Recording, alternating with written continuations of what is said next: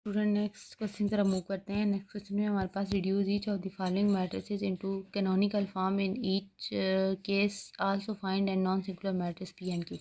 अच्छा, canonical form क्या है? कैनोनिकल फॉर्म उस तरह रिलेट करती है जिस तरह पहले हमने इन्वर्स मैट्रिक्स निकाला है। इन्वर्स मैट्रिक्स में हम क्या करते होते थे कि एक मैट्रिक्स जो हमें गिवन होता था उसके साथ आइडेंटिटी मैट्रिक्स लगा लेते होते थे, अगर लेफ़्ट साइड और राइट साइड।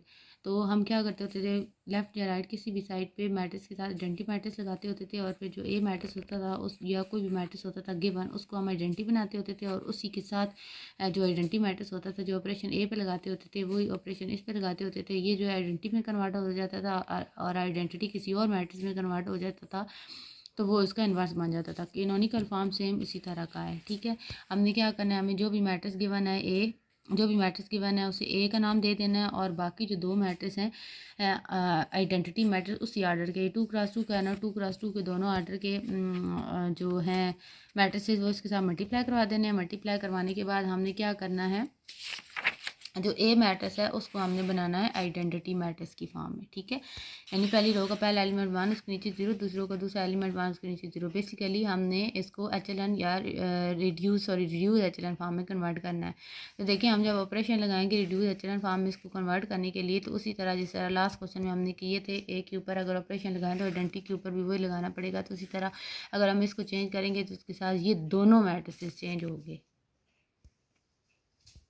लेकिन इसमें फ़र्क क्या होगा, पहले हमने सिर्फ जो ए मैट्रिक्स था उसको आइडेंटिटी बनाने के लिए हम सिर्फ एलिमेंट्री रोज़ ऑपरेशन यूज़ करते थे। हम सिर्फ रो को चेंज करते होते थे, कॉलम को चेंज नहीं करते होते थे। लेकिन यहाँ पे हम कॉलम ऑपरेशन भी लगा सकते हैं। कॉलम ऑपरेशन भी सेम उसी तरह ऑपरेट करते हैं जिस तरह हमारे पास रो ऑपरेशन ऑपरेट करते हैं। लेकिन अगर हम रो ऑपरेशन लगाएंगे तो यहाँ पे साथ एक जो मैट्रिक्स मौजूद है उस पर रो ऑपरेशन लगेंगे, दूसरे वाला सेम रहेगा। जब हम इस ए पे कॉलम ऑपरेशन लगाएंगे तो जो से पहले सेम रहा था उस पर कॉलम ऑपरेशन अप्लाई होंगे, लेकिन रो वाला सेम रहेगा। यानी इसमें से हमने दोनों में से कोई एक मैट्रिक्स फिक्स कर लेना है, चाहे लेफ्ट वाला हो चाहे राइट वाला हो। ठीक है, और अगर हमने इस पे एक पे रो ऑपरेशन लगाया है तो ए पे रो ऑपरेशन लगाया है तो दोनों में से किसी एक पे रो ऑपरेशन लगेगा और एंड तक उस पर सिर्फ रो ऑपरेशन अप्लाई होगा, कॉलम ऑपरेशन अप्लाई नहीं होगा। इसी तरह जब हम ए पे कॉलम ऑपरेशन लगाएंगे तो जो पहले मैट्रिक्स रह गया था उस पर कॉलम अप्लाई करेंगे, उसमें एंड तक कॉलम ऑपरेटर अप्लाई होगा, ऑपरेशन अप्लाई होगा, उस पर रो ऑपरेशन अप्लाई नहीं होगा। जब एक पे कॉलम अप्लाई होगा और तो दूसरा एज इट इज़ रहेगा, यानी उस पर उस वक्त कोई ऑपरेशन अप्लाई नहीं होगा। तो इस क्वेश्चन को अगर मैं आपको दोबारा से दिखाऊं तो देखें, ये हमारे पास ए मैट्रिक्स है 2 1 1 2। ठीक है, सबसे पहले हमारे पास ये साथ हमने दो मैट्रिक्स लगा लिए।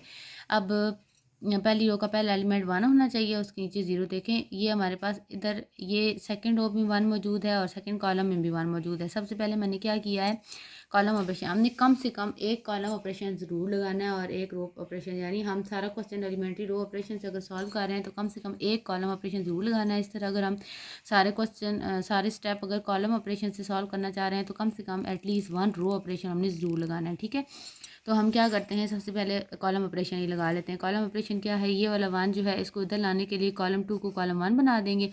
तो मैंने इधर ऑपरेशन क्या लिखा, C12। अब ये जो होगी कॉलम वाला, मैंने ये वाला मैट्रिक्स कंसिडर कर लिया और रो के लिए मैंने ये वाला मैट्रिक्स कंसिडर कर लिया। अब जो कॉलम ऑपरेशन होंगे वो इधर इस तरह मेंशन किए जाएंगे, जो रो ऑपरेशन होगी वो इस तरह मेंशन किए जाएंगे।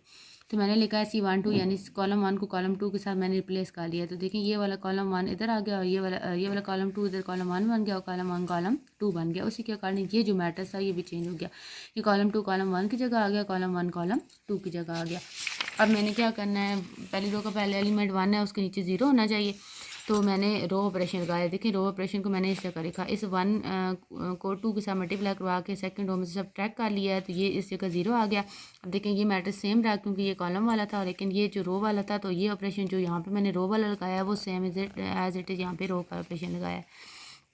उसके बाद यहाँ पे 1 होना चाहिए, तो अगेन मैंने रो ऑपरेशन लगाया, इस पूरी रो को -1/3 के साथ मल्टीप्लाई कर दिया। तो यहाँ पे जो -1/3 के साथ मल्टीप्लाई या -3 के साथ डिवाइड किया है तो ये 1 आ गया। सिमिलरली इधर भी ये चेंज हो गया। अब हम मुझे अगेन ये वाला यहाँ पे 0 चाहिए, तो अगेन मैंने इसको 2 से मल्टीप्लाई करवा के इसमें से सब्ट्रैक्ट कर लिया, तो ये 0 आ गया। ये देखिए, सेम मैंने ऑपरेशन यहीं पे कर लिया और ये मैट्रिक्स एज इट इज़ यहाँ पे एज इट इज़ रहा। इसमें मैंने सिर्फ पहले स्टेप पे कॉलम ऑपरेशन लगाया था, उसके बाद ये सारा सेम रहा। तो देखिए, जब हमारे पास ये जो गिवन मैट्रिक्स था ए वो रिड्यूस एचएलएन फॉर्म में कन्वर्ट हो जाए, यानी आइडेंटिटी मैट्रिक्स बन जाए, तो उसके साथ बाकी जो दो मैट्रिक्स होते हैं वो हमारे पास मैट्रिक्स जो होते हैं वो तमाम कैनोनिकल फॉर्म में लिखे जा चुके होते हैं। अब इस कैनोनिकल फॉर्म में जो मैट्रिक्स होते हैं उसको हम इस तरह लिखते हैं, ये होता है पी, ठीक है, ये होता है ए और ये होता है क्यू। बेसिकली ये ए जो था ओरिजिनल मैट्रिक्स था, और ओरिजिनल मैट्रिक्स जब चेंज होके इस फॉर्म में आया है रिड्यूस एचेलॉन फॉर्म में, तो इसे हम डी कह देते होते हैं, ठीक है। तो इसको हम इस तरह लिखते हैं, D is equal to P A Q, यानी डी जो था वो किस फॉर्म से आया है, किस तरह से आया है कि डी को हमने इस तरह जनरेट किया है।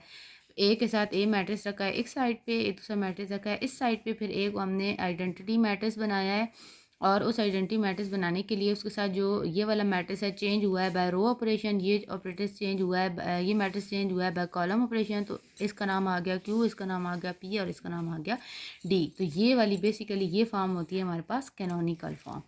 तो इससे रिलेटेड बाकी क्वेश्चन है ये आप लोगों ने खुद करने हैं, क्योंकि सेम उसी तरह के क्वेश्चन है जो हम लोगों ने पहले किए हैं, सिर्फ रोज़ ऑपरेशन लगाने हैं और अपने जो है क्वेश्चन है उनको सॉल्व कर लेना है। तो एक्सरसाइज आप लोग की एंड हो जाती है। तो इसकी पीडीएफ मैं बना के आप लोग को शेयर कर दूँगी, तो आप लोगों ने जो है ये जो मैंने क्वेश्चन है ये लिख लेने, अपने नोट्स भी जो है बना लेने। कल की क्लास में इंशाल्लाह मैं आप लोग के नोट्स चेक करूँगी।